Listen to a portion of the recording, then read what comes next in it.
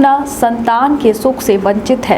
अब बहनें संपर्क करी विंध्य क्षेत्र के विख्यात पहिल टेस्ट ट्यूब बेबी सेंटर से। महिला से संबंधित कोनो गंभीर समस्या के खातिर संपर्क करी प्रतिदिन पुराना तीर्थ मेमोरियल अस्पताल कुटेही रीवा।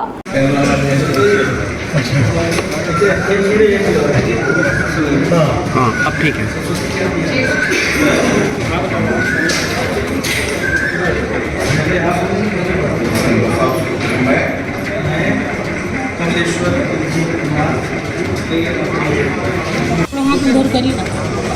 पाँच नंबर वाला इनका जूझ है सामने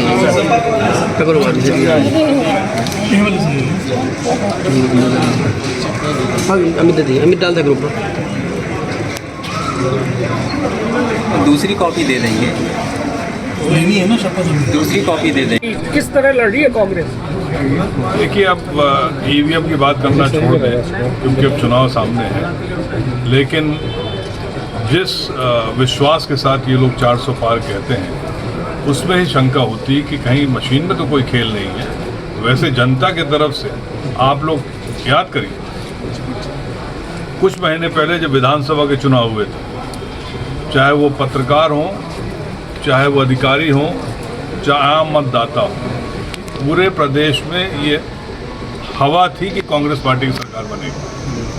भारतीय जनता पार्टी को भी विश्वास नहीं था कि 100 पार कर पाएंगे, लेकिन 163-64 क्या मिल गया उनको। तो ये कहीं ना कहीं तो कोई खेल है। कोई शिवराज फैक्टर की बात करते हैं। कोई व्यक्ति ने पार्टी से इस्तीफा दे दिया हो, वो कौन से आधार पर कह रहे हैं कि 3-4 लाख? अभी शुरू है, वोटिंग लगाने भर से लाख में वोट नहीं मिलते हैं। एक चुनाव हुआ था जिसमें मानिक सिंह वाला चुनाव, जिसमें सीएम ने 70 सभाएं की थी, फिर भी उनको पराजय का मुंह देखना पड़ा था। क्या कांग्रेस पार्टी फिर से उसी रणनीति पे काम करेगी या उस तरह का तालमेल दिखेगा? देखिए, मैं इतिहास गवाह है और हम लोग साधन विहीन हैं। हमारे खाते बंद कर दिए गए हैं इनकम टैक्स विभाग से पार्टी के, उसके बावजूद जनता की लड़ाई रहेगी अब। और जिस तरह से मानिक सिंह के चुनाव में एक एक कार्यकर्ता ने मोर्चा संभाला था, उसी तरह इस चुनाव को भी देखिए।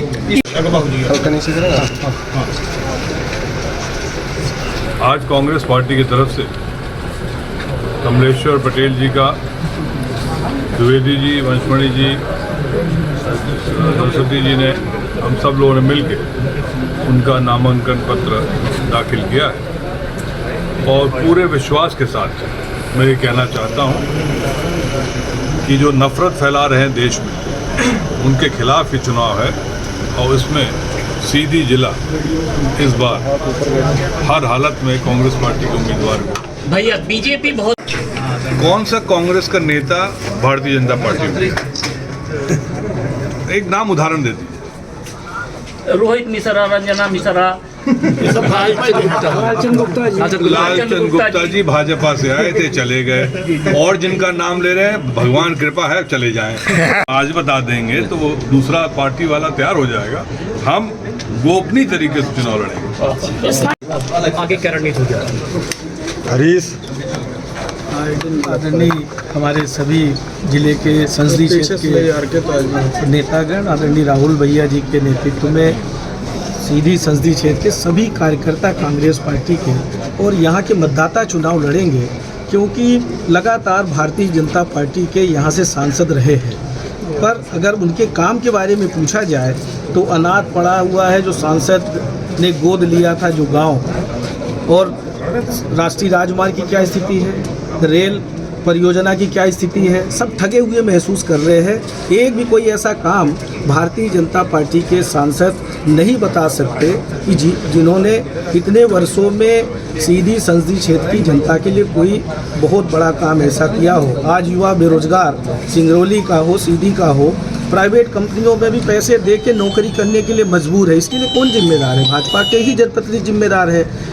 ये चुनाव पूरी ताकत से आदरणीय राहुल भैया जी के नेतृत्व में कांग्रेस पार्टी के प्रत्येक कार्यकर्ता लड़ेंगे और यहाँ के मतदाता आज महंगाई, बेरोजगारी से देश में जिस तरह के हालात हैं, जिस तरह से आज संकट का दौर चल रहा है।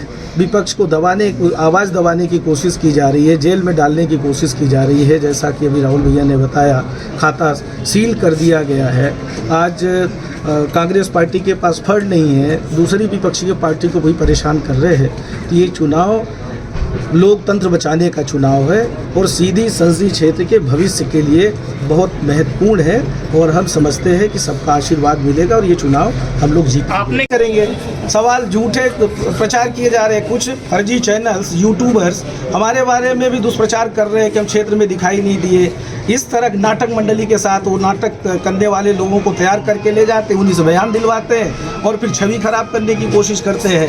हमने हमेशा विधायक रहते संगठन के माध्यम से सदन के अंदर और सदन के बाहर सड़क पे भी सीधी संसदीय क्षेत्र की जनता के लिए हमेशा लड़ाई लड़ी है, चाहे वो बिजली की समस्या हो, चाहे गरीबी रेखा में नाम कटा हो, चाहे अन्य कोई भी मूलभूत सुविधाओं का विषय आया होगा, हमने लड़ाई लड़ी है। 15 महीने के मंत्रित्व काल में भी हमने काम किया है और कांग्रेस पार्टी ने कर्ज माफ़ी से लेके बिजली के बिल में अभी लोग परेशान हैं। सारी आज नोटिस पर नोटिस जारी हो रहा है, कुर्कियाँ हो रही हैं। अगर किसान कर्जदार है तो उसको कुर्कियाँ जारी हो रही है। बड़े बड़े उद्योगपतियों का 16 लाख करोड़ रुपए माफ़ कर दिया, किसान बदहाल है। तो ये भारतीय जनता पार्टी की सरकार और बैठे हुए भाजपा के नेता सिर्फ विषय को विषयांकित करते हैं। ये महंगाई बेरोजगारी पे बात नहीं करेंगे, इसलिए ये कोई विषय नहीं है। जिनको जाना था चले गए और कौन कितने जनाधार का है वो सब जानते हैं।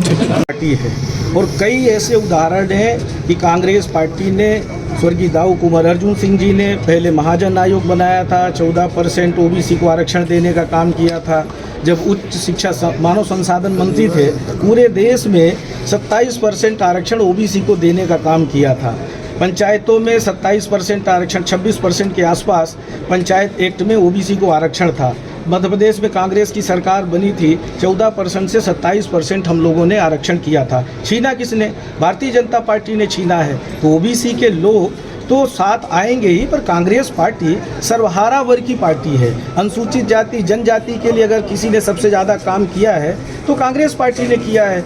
इंदिरा जी से लेके दाऊ कुंवर अर्जुन सिंह जी से लेके दिग्विजय सिंह तक कांग्रेस पार्टी की जब भी सरकार रही है, किसानों के लिए, अनुसूचित जाति जनजाति के लिए, पिछड़ा वर्ग के कल्याण के लिए, सर्वहारा वर्ग के लिए कांग्रेस पार्टी ने काम किया है। और मुझे जिस तरह से आशीर्वाद मिल रहा है, जिस तरह से लोग आगे आके बात कर रहे हैं, तो मुझे पूरा विश्वास है कि हर वर्ग का आशीर्वाद मिलेगा और पिछड़ा वर्ग का विशेष आशीर्वाद मिल जाए तो बड़ी बात है। सीधी से कई